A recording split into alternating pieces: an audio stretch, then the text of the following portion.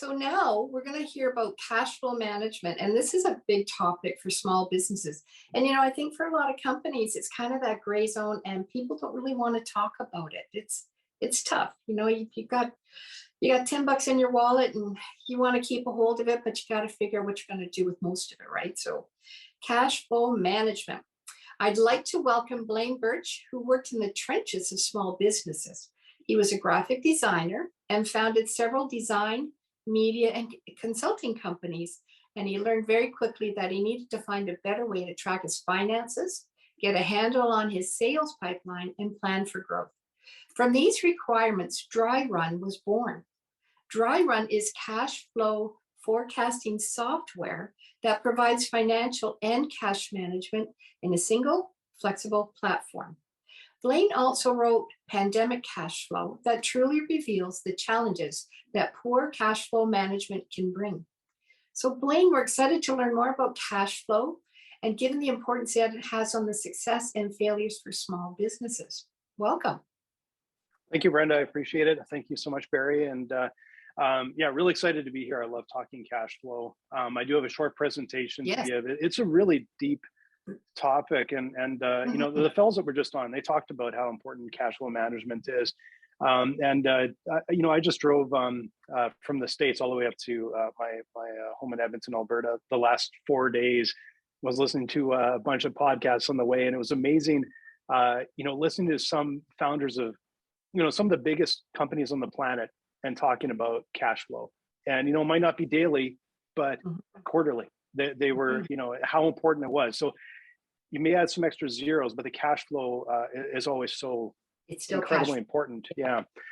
So I made up a little presentation. There's not much I can get into today, but I do want to just walk through a few things, especially for people that are just starting their business, just starting out on and the ones that have been around for a while as well. And before I kind of dive into some of the nuts and bolts on cash flow, a few stats that I'd like to start with. 25% of businesses fail due to poor cash management, and that is on cash management. So in other words, if you are managing your cash flow, you can do things that are going to help you survive. And I'll jump to the third stat right there. 80% that plan monthly survive versus 36% that plan yearly. So there's a lot you can do. I think a lot of business owners, especially as they're starting out, think that it'll just sort of fall into place or there's nothing they can do about what happens, but there's a lot you can do. And probably the scariest stat, 70% of businesses that fail were profitable when they closed their doors, which means on paper, it all looked great. They just couldn't get the cash coming in the door and they simply ran out of money before they could get a benefit from that profit.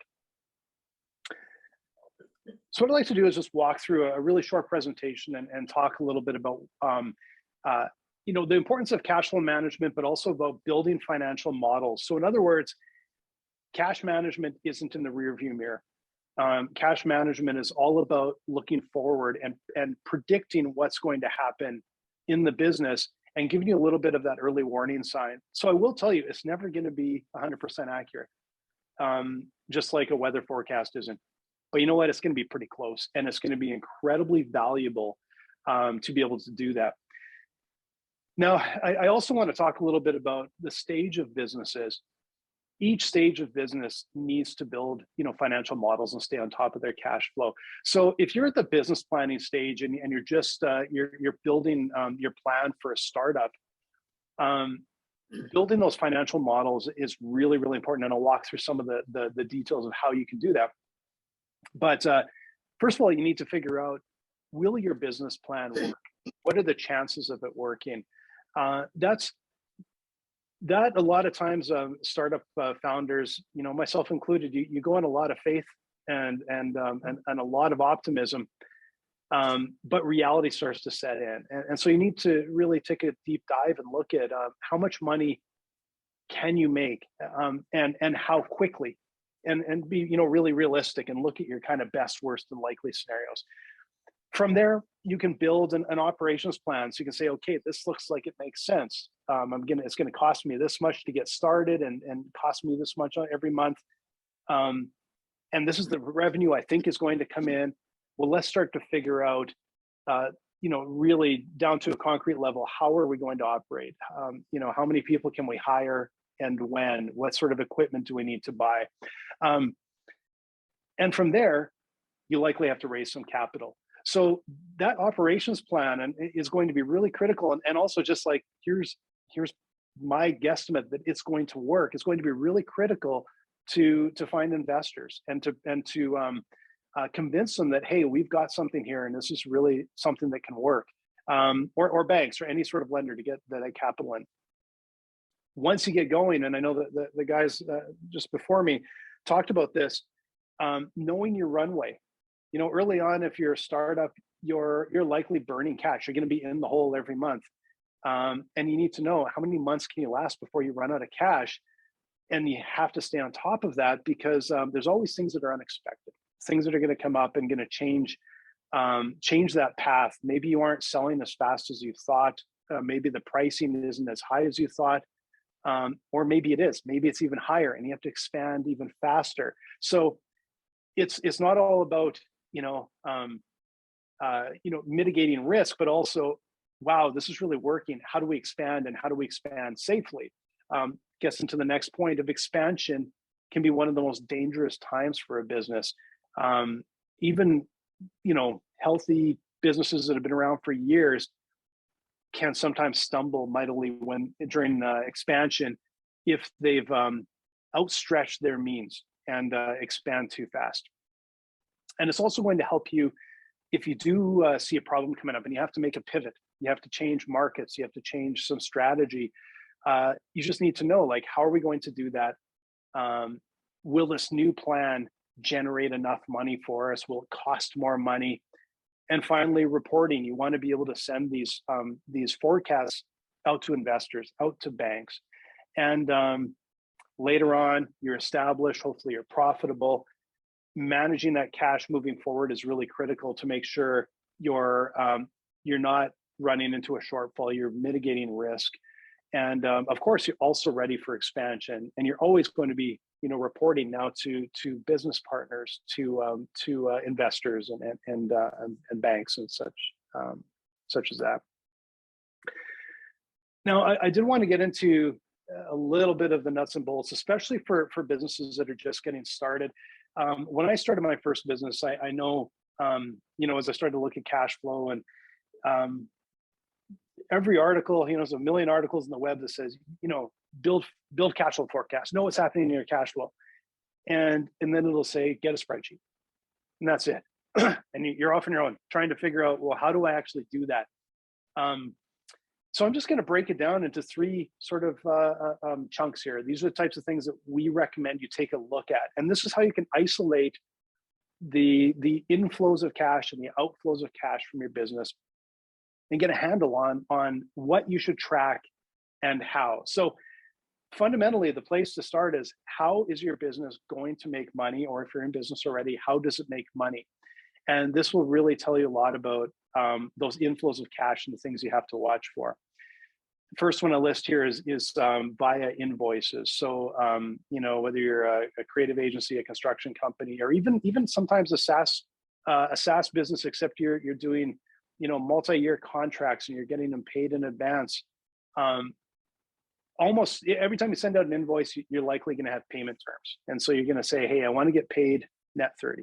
I want to be paid in 30 days. Fortunately, that rarely happens. Invoices are often paid late, chronically at times. They tend to be larger amounts. When the money comes in, can be much less predictable than just a regular revenue that's coming in the door. And they can pose all sorts of timing issues. So, I remember in my creative agency times that, I always thought it's called it the lonely walk to the mailbox to see if the check came in, because, it'll be Wednesday and I have payroll on Friday and I need this 5 or 6 figure check to be in the mailbox that they promised, because I have to pay this out. I got to get it in the bank and I got to get money out the door. And sometimes you'd be waiting a long time.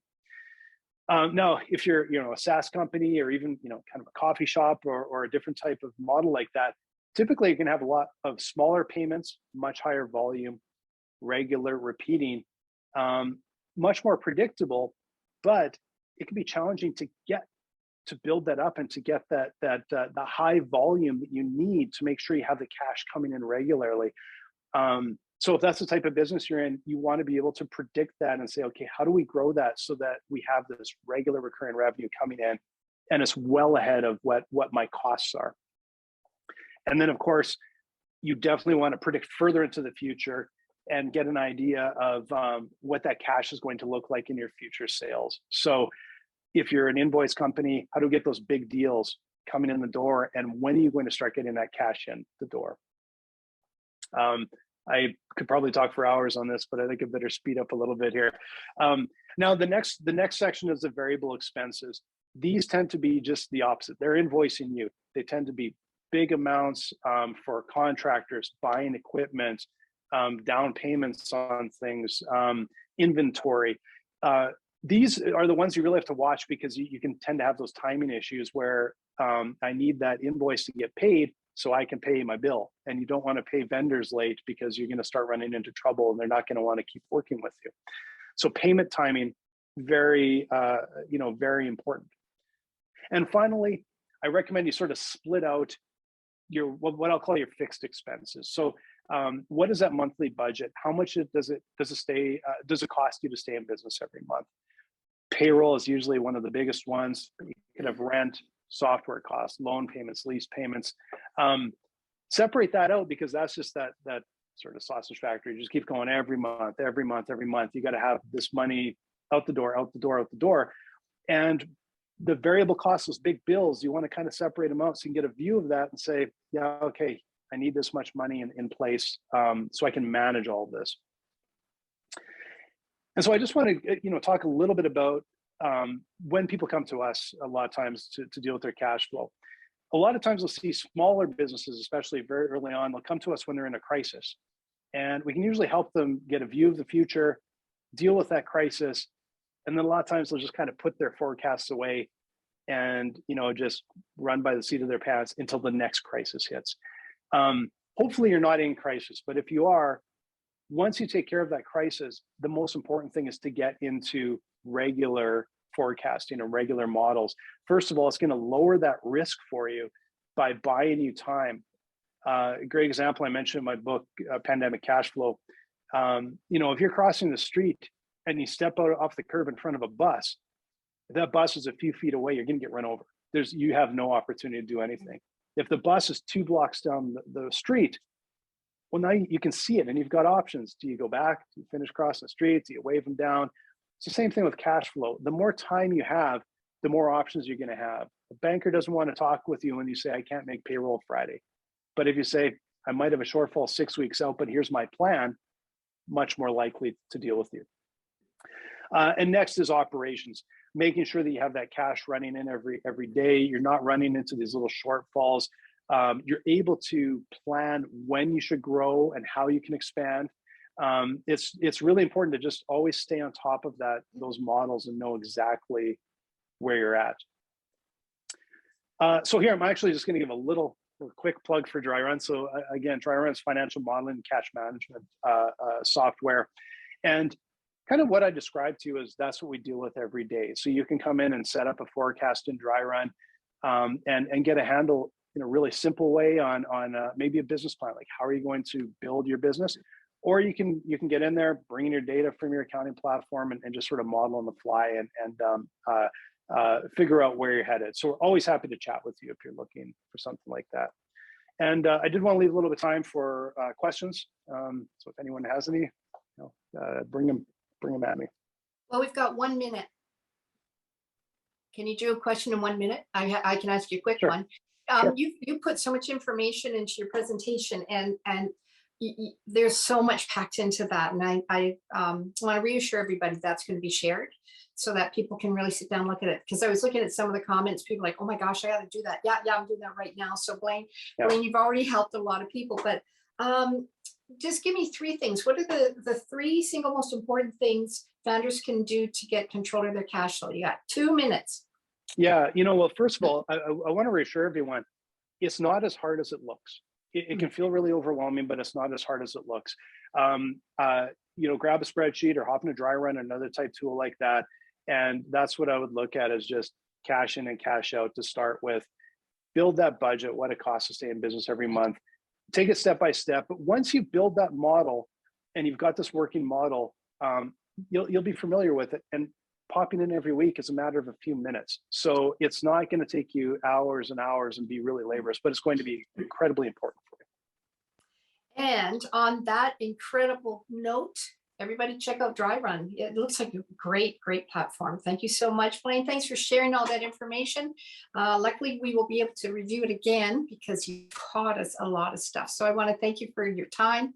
And wow, fantastic platform. It's going to help a lot of founders and a lot of people. Thank you so much. Thank you, guys. Appreciate it. Thank you.